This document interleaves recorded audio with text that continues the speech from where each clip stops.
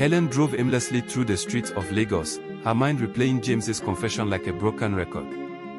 How could the man she'd planned to spend the rest of her life with hide something so dark, so destructive? The weight of his lies pressed down on her chest, making it hard to breathe. Her phone buzzed on the passenger seat. It was Linda. She pulled over, tears blurring her vision, and answered. "Helen. Are you okay?" Linda's voice was laced with concern. "No," Helen whispered, her voice cracking. "I'm not okay. James, he's been lying to me, Linda. About everything. What happened? Talk to me." Helen recounted everything, from the email to James's confession about Patricia and the blackmail. Linda was silent for a moment, then let out a sharp breath. "This is insane. You can't marry him, Helen. Not until you know the full truth." "I don't think I can ever marry him," Helen admitted. "How do I move forward with someone who's put me in this kind of danger?" Linda's tone softened. "Come over to my place. We'll figure this out together. You don't have to deal with this alone." Helen hesitated but eventually agreed. She needed someone to anchor her in this storm, and Linda had always been her rock. She arrived at Linda's apartment an hour later, her emotions still raw. Linda hugged her tightly. "We'll get through this," she said reassuringly. "But first, we need to think. Patricia's clearly playing a dangerous game, and James is caught in it. If you're going to protect yourself, you need more information." "What do you mean?" Helen asked, sitting down on the couch. "James told you Patricia has evidence, right? Emails, transactions. What if we find out what she's holding over him? Maybe then we can figure out her next move." Helen frowned. "But how do we do that? Patricia isn't exactly going to hand over her secrets." Linda smirked, a determined glint in her eyes. "Leave that to me." The next morning, Linda put her plan into action. She contacted a mutual acquaintance who worked in cybersecurity, a sharp and discreet woman named Clara. With Helen's reluctant approval, they decided to look into Patricia's digital footprint. If she had incriminating evidence, it was likely stored somewhere they could access. Helen's stomach churned as Clara worked, typing furiously on her laptop. "This feels wrong," she said. "Am I stooping to her level?" "No," Linda replied firmly. "You're defending yourself." Patricia threw the first punch. "We're just trying to figure out what we're up against." After an hour, Clara leaned back, her expression triumphant. "Got it. She's been using a secure cloud service, but her recent emails mention something about a backup on a USB drive." "Where's the drive?" Helen asked, her pulse quickening. Clara pointed to her screen. "There's a receipt for a safety deposit box at a bank downtown. My guess? That's where she's keeping it." Helen felt a mix of relief and fear. They were one step closer to uncovering the truth, but confronting Patricia would be dangerous. Still, she knew she couldn't back down now. If Patricia wanted a fight, Helen was ready to face her head-on. Helen's determination solidified as she and Linda strategized their next steps. The safety deposit box was a critical lead, but accessing it wouldn't be easy. Patricia was unpredictable and clearly enjoyed having the upper hand. If Helen wanted to turn the tables, she had to act carefully and quickly. "Are you sure about this?" Linda asked, her voice laced with concern. "Patricia isn't just some petty ex. She's dangerous." Helen nodded, her jaw set. "If I let her control the narrative, she'll ruin my life. I need to take the risk."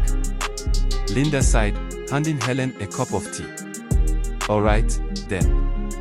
But we need to be smart. Confronting Patricia without leverage could backfire." Helen sipped the tea, her mind racing. "What if I go to James? He knows Patricia better than anyone. Maybe he can help us figure out how to get that drive." Linda raised an eyebrow. "You trust him to help you after everything is done?" Helen hesitated. Her faith in James was shattered, but he was still in the middle of this mess. If Patricia had debt on him, he had just as much to lose. I don't trust him, Helen admitted. But he has a stake in this. If he wants to fix things, this is his chance. Later that evening, Helen texted James to meet her at a quiet cafe on the outskirts of town. She arrived early, her heart pounding as she rehearsed what she would say. When James walked in, he looked exhausted, his guilt written all over his face. "I'm glad you came," Helen said, motioning for him to sit. "I'll do whatever it takes to make this right," James said earnestly. "I just want us to get past this." Helen leaned forward, her eyes sharp. "If you mean that, you'll help me stop Patricia. I know about the safety deposit box. She's keeping the evidence there." James froze, his eyes widening. "How do you?" "It doesn't matter how I know," Helen interrupted. "What matters is what we do next. If we can get that drive, she loses her leverage." James exhaled sharply, running his hands through his hair. "Patricia is unpredictable, Helen. She'll know if we try to take it. She might escalate. Then help me outsmart her," Helen said firmly. "You said you'd do whatever it takes, James. Prove it." James hesitated but eventually nodded. "All right. I'll help you." Helen's heart thudded in her chest. She was putting her faith in James one last time, but a part of her still doubted him. As they left the cafe, she couldn't shake the feeling that the danger was only beginning and that James might have more secrets yet to reveal. The next morning, armed with a plan, Helen and James prepared to take the first step in reclaiming control. But Patricia was already one step ahead, and Helen's phone buzzed with a new message that sent a chill down her spine. "You should have stayed out of this. Now you'll pay the price." Helen stared at the message, her hands trembling. The chill that ran down her spine was quickly replaced by a surge of anger. Patricia's words weren't just a warning, they were a declaration of war. "What is it?" James asked, noticing her pale expression. She handed him the phone. His face darkened as he read the message.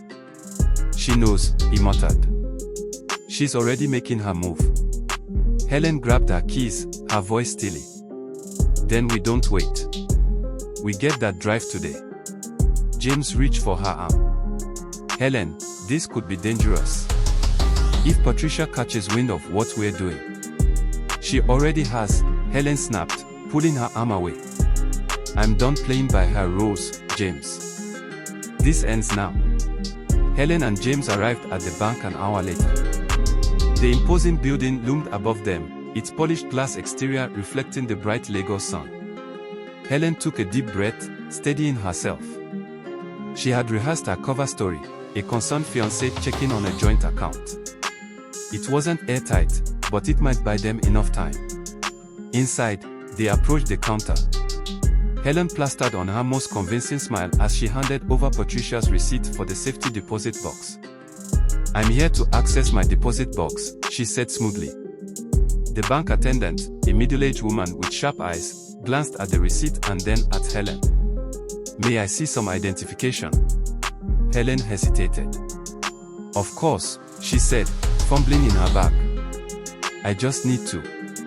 Before she could continue, a loud commotion erupted near the entrance. Helen turned to see Patricia storming into the bank, her eyes blazing with fury. "Well, isn't this a surprise?" Patricia said, her voice dripping with venom. "And here I thought I could trust you, James." Helen's heart sank as Patricia's gaze shifted to her. "You couldn't leave well enough alone, could you? Always trying to play the hero." James stepped forward, his voice firm. "Patricia, this has gone far enough. Give us the drive, and we'll walk away. No more games." Patricia laughed coldly. "Walk away? Oh, James, you've always been so naive. Do you really think I let you off that easily? You're mine until I decide otherwise." The room grew tense as onlookers began to notice the confrontation. Helen's mind raced, searching for a way to defuse the situation.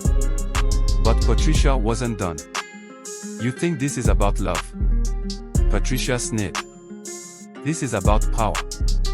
And I'm not letting you or your little fiancé take that away from me. Before anyone could react, Patricia pulled out her phone and pressed the button. Helen's phone buzzed immediately with an email notification. Her stomach dropped as she opened the message. Attached were damning screenshots, evidence of James's involvement in the fraud, alongside a chilling note, "If you don't back off, this goes public." Helen looked up, her resolve hardening. Patricia might have the upper hand now, but Helen wasn't about to back down. This battle was far from over, and Helen was ready to fight for the truth, no matter what it cost. Helen's heart pounded as she stared at the images on her phone. The room seemed to close in, the air thick with tension. Patricia's smirk deepened, her confidence suffocating. "You see," Patricia drawled, "I don't make empty threats. Walk away now, Helen, and I'll let you keep your reputation intact. Otherwise," she let the words hang ominously. Helen tightened her grip on her phone. The fear and anger swelling inside her turned into something sharper, determination. She wasn't about to let Patricia win, not after everything she'd already endured. "You think you can scare me into silence?" Helen said, her voice cutting through the tension like a blade.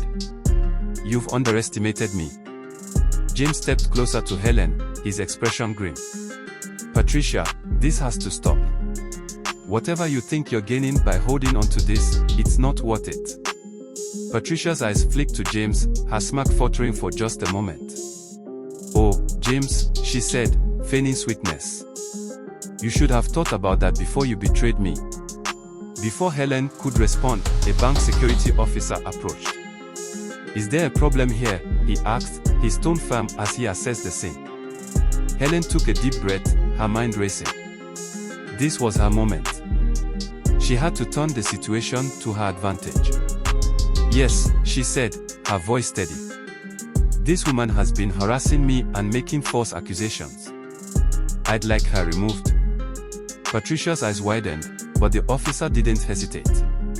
"Ma'am," he said to Patricia, "if you don't have official business here, I have to ask you to leave." "You can't be serious." Patricia snapped, her confidence slipping. "They're the ones." "Do you have business here?" the officer interrupted. Patricia hesitated, her jaw tightening. After a tense moment, she straightened, her mask of composure slipping back into place. "This isn't over," she hissed, glaring at Helen and James before storming out. Helen exhaled, her knees feeling weak. The officer nodded and walked away, leaving her and James to regroup. "What now?" James asked, his voice low.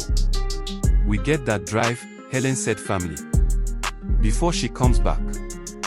They approached the counter again, Helen forcing a calm smile as she handed over the receipt once more. This time, the attendant didn't question her. Minutes later, they were led to a private room where the safety deposit boxes were kept. The box sat on the table in front of them, its unassuming metal exterior hiding secrets that could destroy lives. Helen's hands shook as she opened it, James standing close behind her. Inside was a single USB drive, exactly as Clara had suspected. Helen picked it up, the weight of it far heavier than its physical mass. James let out a sigh of relief, but Helen's instinct warned her it wasn't over. "We need to see what's on this," she said. "And we need to figure out how to make sure Patricia can't use any of it against us." As they left the bank, Helen's phone buzzed again. This time, it was Clara. "Did you get it?" Clara asked. "Yes," Helen said. "But we're not in the clear yet." "Bring it to me," Clara said. "I see what we're dealing with. And Helen, be careful. If Patricia was bold enough to show up at the bank, she won't stop there." Helen hung up, her resolve hardening. Patricia might have started this war, but Helen was determined to end it. One way or another. Helen and James drove straight to Clara's small office on the mainland, tension crackling in the air. The USB drive sat heavily in Helen's purse, a quiet but persistent reminder of the danger they were in. "Are you sure about this?" James asked, his voice uneasy. "I don't have a choice," Helen replied, her tone sharp. "Patricia won't stop until she's ruined us." We need to know what we're up against. When they arrived, Clara was waiting for them in her dimly lit workspace. Multiple monitors cast a blue glow across the room, displaying lines of code and encrypted files. Clara wasted no time. "Let's see what's on this thing," she said, taking the USB from Helen. Clara plugged the drive into her computer, her fingers flying over the keyboard. James hovered nervously, while Helen crossed her arms, her eyes fixed on the screen. After a few moments, Clara frowned. "There are layers of encryption here," she said. "This wasn't put together by an amateur. It's going to take some time to crack." Helen's heart sank. "How much time?" "Hours, maybe a day," Clara said. "I'll work as fast as I can." "Do it," Helen said firmly. "We'll wait." As Clara walked, Helen and James sat in the corner, the silence between them thick with unspoken words. Finally, James broke it. "Helen, I know I don't deserve your forgiveness, but I'm trying to make this right." Helen stared at him, her emotions a chaotic mix of anger, betrayal, and lingering affection. "Do you even understand what you've done, James? You put my life, my future, at risk for what? Money. Power." James lowered his head. "It wasn't just greed. Patricia, she threatened to destroy everything if I didn't comply. I thought I could manage it, keep it from touching you." "Well, you failed," Helen snapped. "And now I'm in the middle of your mess." Before James could respond, Clara let out a triumphant noise.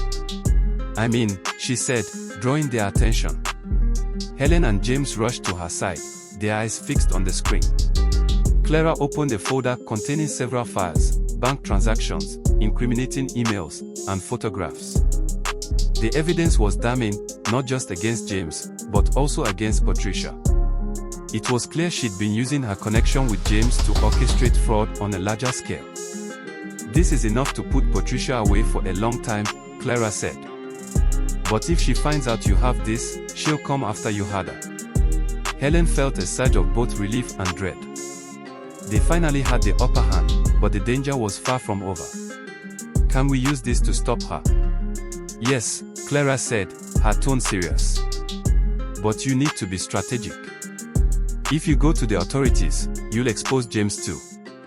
Are you ready for that?" Helen glanced at James, her expression unreadable. The weight of the choice bore down on her. Exposing Patricia meant burning everything, including James's reputation, to the ground.